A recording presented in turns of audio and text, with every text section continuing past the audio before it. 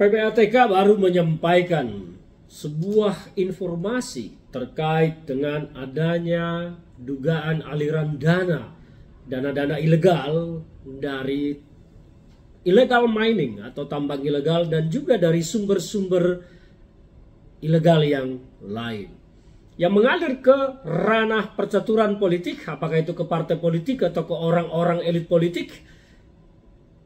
PPATK punya datanya. Dan yang menarik dari ini semua, kita melihat Pak Mahfud MD Cawapres 03 turut memberikan komentarnya agar PPATK, Bawaslu, dan KPU segera melakukan penyelidikan terhadap informasi yang disampaikan oleh PPATK. Karena apabila memang sumber uang ini adalah uang-uang ilegal dan dari hasil-hasil kejahatan, maka pelaku dapat dipidana. Pelaku dapat didiskualifikasi dari proses pemilu. Nah, sekarang pertanyaannya, siapa mereka yang menerima aliran dana ini? Kita bisa melihat beberapa gambaran-gambaran yang muncul melalui informasi di media.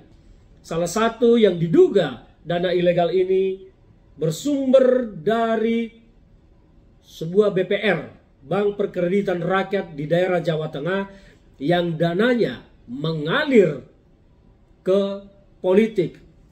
Dari informasi yang kita baca, seseorang berinisial MIA menerima aliran dana dari BPR tersebut yang kalau tidak salah baca sekitar 102 miliar dana yang cair itu.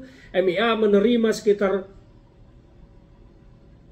90 miliar ya kalau tidak salah, dan mengalir lagi ke beberapa perusahaan-perusahaan. Tetapi sepertinya muara kuncinya adalah seseorang yang berinisial MIA ini.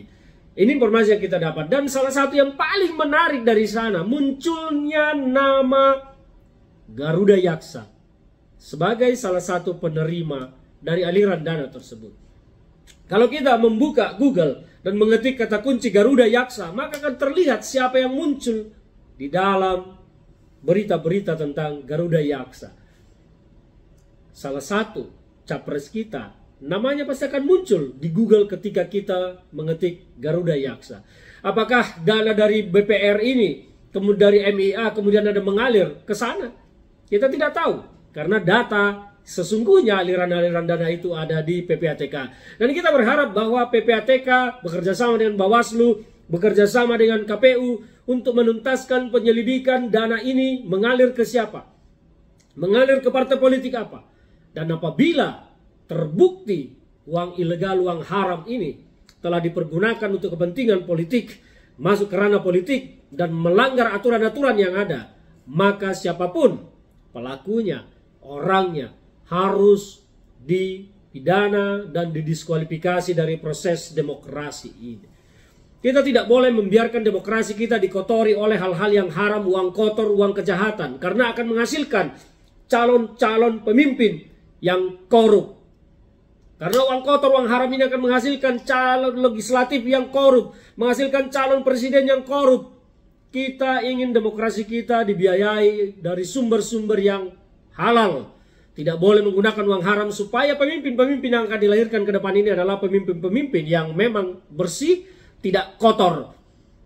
Saya mendukung Pak Mahfud agar informasi yang disampaikan PPATK ini segera dibuka seluas-luasnya, ditelisik seluas-luasnya. Siapapun yang terlibat di sana, partai politik manapun, caleg manapun, capres manapun, apabila memang ada keterlibatan menggunakan uang haram dan uang ilegal dalam politik ini, saya berharap Bawaslu akan berani mengambil tindakan tegas dan keras untuk mendiskualifikasi mereka dan mempidanakan mereka.